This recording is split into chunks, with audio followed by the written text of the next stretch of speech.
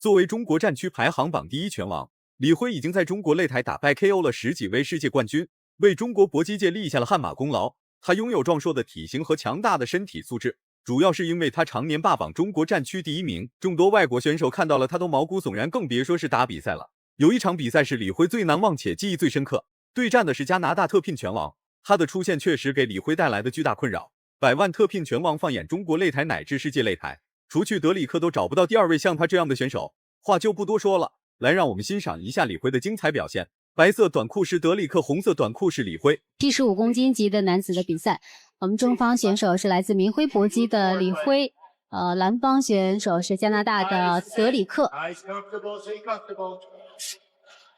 好，这个蓝方德里克啊，他是神话一哥哦，不太想讲话，但是他人生有一段很这个离奇的故事。在2007他准备第1次比赛的时候呢，内出血住院，医生判定李辉可是中国战区排行榜第1名，打起架来他可不会和德里克多说什么废话，果断拿出组合进攻就往德里克脑袋上打。奈何德里克是一名拳坛老将，他并不会轻易暴露出防守漏洞所在，毕竟德里克比李辉足足大了10岁。通俗来说，德里克只占据了一个年龄方面的劣势，然而其他方面基本上都是和李辉五五开。开始恢复训练。目前呢31胜8负，是3次 KO。李辉他的特点就是这个力量比较大，是从2016年开始打武林风，跟随武林风远征布拉格还有罗马尼亚。因为年龄的问题，德里克并不敢轻易向李辉发起猛烈进攻，然而年轻气盛的李辉可管不了那么多，急匆匆就对德里克发起了一波接一波的猛烈攻击。不管德里克的防守反击是有多么的谨慎，都无法阻挡李辉向德里克发起猛攻的念头。在绝对的拳法压制下，德里克逐渐变得开始忌惮李辉。李辉这下应该很生气了。是的。看这个，其实德里克他那个拳法拳击的基础还不错。对。打完都会有摇闪。对于一位久经沙场的老将德里克来讲，李辉的确是新人经验不足。所以从李辉之所以能成为中国战区第1名，这和他的勇敢和猛打猛冲是分不开的。但凡在擂台上遇见了滑踢馆的外国选手，李辉每一次都是冲在最前面，导致他很快就打败了10几位世界冠军，迅速成为了中国战区的第1名。这个小伙子绝对可以算得上是后起之秀，年纪轻轻20岁出头，能成为百万特聘拳王德里克的对手，无论输赢他都可以完成3级跳，并很强。但是呢，我们的李辉不给他任何这个攻击的机会，对，李辉拼命的压迫。当然，其实这个蓝方德里克也一直想消耗我们的李辉的体力，可是这一次李辉特别加强了他的一个体力的储备。省力量。第1回合一般都是属于试探阶段，简单3分钟却可以看透一位选手的作战计划和战术打法。李辉虽然年轻，但没有德里克的比赛经验丰富，难道这就是拳坛老将吗？连回合结束的铃声都可以听错，要不是李辉讲武德，恐怕此时的德里克已经趴下了。不然被 KO 掉就很冤枉了。对，就打得太专注了。好，双方进入到了第2回合的比赛。刚刚有个转身后蹬但是蹬的就是非常的理想。哇！今天双方在拼拳。第2回合开始了，李辉的单击动作确实还算可以，一连贯的进攻让德里克不得不后退，老兵不死只会逐渐凋零。看上去德里克非常忌惮李辉的出拳，其实这家伙非常的老谋深算。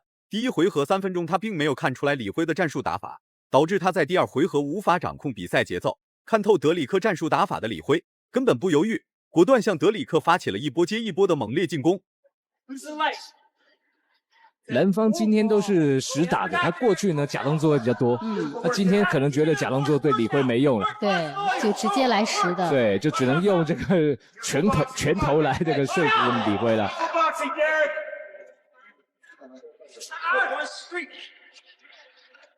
好，这个德里克今天做了第2次的截腿攻击。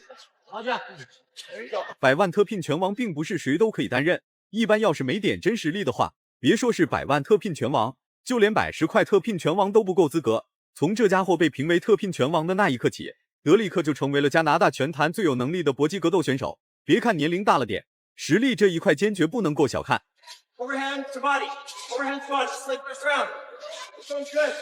其实刚刚这个蓝方的教练呢，讲一个 overhand to the body， 就是一个后手大摆拳打到身体，这个动作是很难的事情。一般后手大摆拳是打头的，我就来看看他后手大摆拳怎么去打到身体。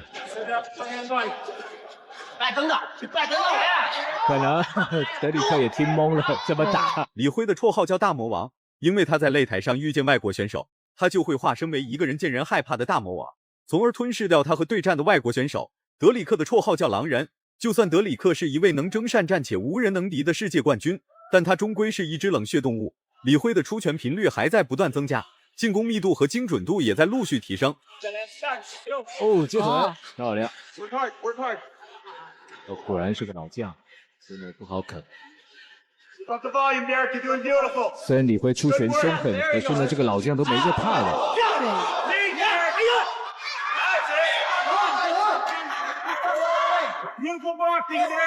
德里克和李辉的比赛用不了多久就会分出胜负。从战况上来看，此时的比赛已经来到了第2回合尾声，最后20多秒的时间，李辉的拳头还在不断砸向德里克，然而德里克只会采取保守式进攻，确保身体不遭受伤害的前提下，才会对李辉发起相应的防守反击或者是主动进攻。稳扎稳打的战术打法确实可以安稳拿下胜利，但他这一次面对的可是大魔王李辉，他的平稳打法根本无法起到相对应的效果。李辉到了第3回合，是。那李辉上次打西亚站啊，他说最感谢当地的华人，在称重完之后啊，是送上这个热腾腾的鸡汤，哇，充满中国味，让他感谢到现在。特别说出来，对，其实一直还在想的那个味道哈。是，也非常感谢那种异地遇到这种好像亲人的这种感觉。对。然后回到场上，李辉继续进攻。第3回合开始了，德里克也算是看明白了李辉的战术打法，开始用拳头攻击李辉的脑袋。然而李辉早就已经更换了作战计划，这或许就是属于年轻人的灵活多变。变幻万千的李辉拳头极具有杀伤力，尽管所打出的进攻很难命中德里克，但这些进攻所带来的威慑力还是有的。实在打不过李辉的德里克开始耍赖皮，在搏击比赛当中他竟然打出了肘击，哈哈哈哈哈！一个小对，就是他是这种连续的进攻，而且他手肘是有点顶这个我们的李明辉的李辉的手臂，而不是他的头，但是一样被我们的牛裁判给抓到了。是。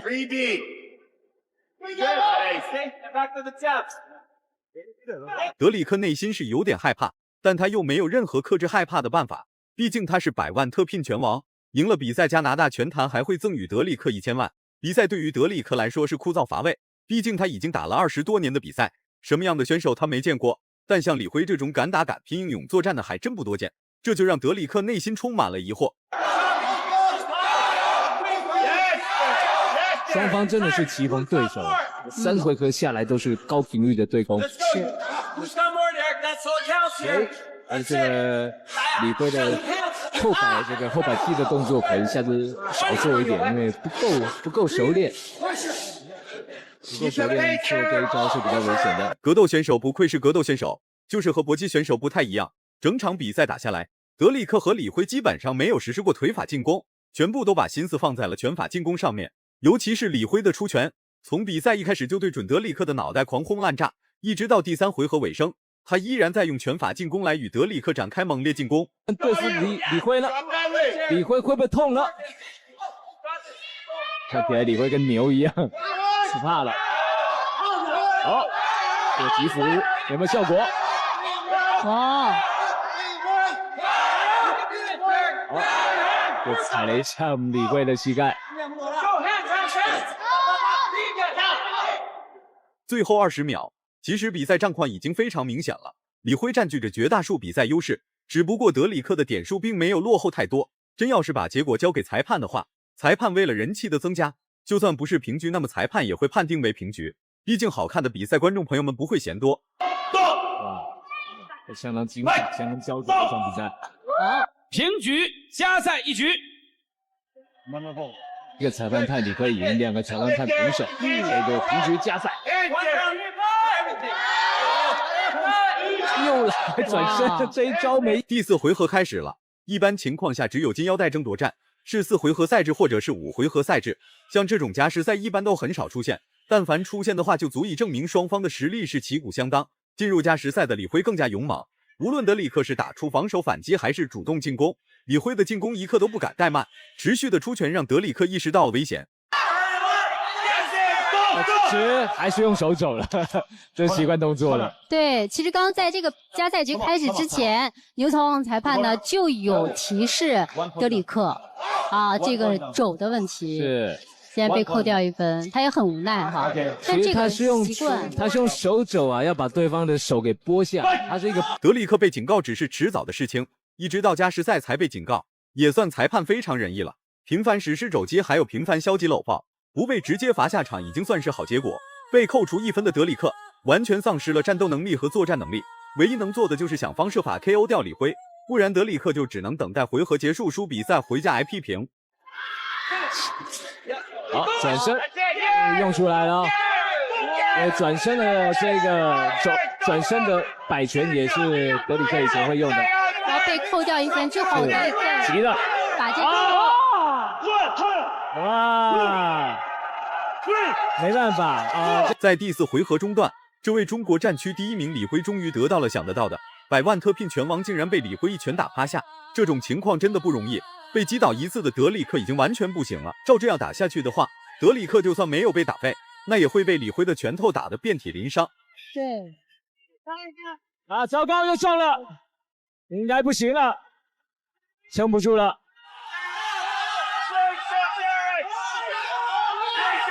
摇摇欲坠，最后的1分钟。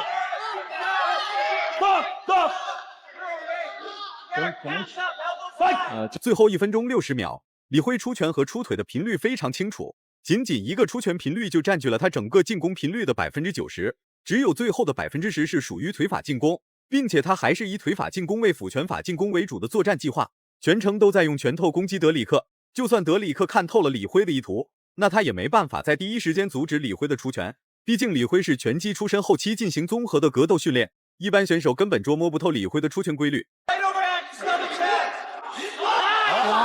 有点晕了，也是体力大幅下滑，反应跟判断力都已经不够了。还有最后的几秒钟。好，恭喜李辉，应该没有特别的意外了。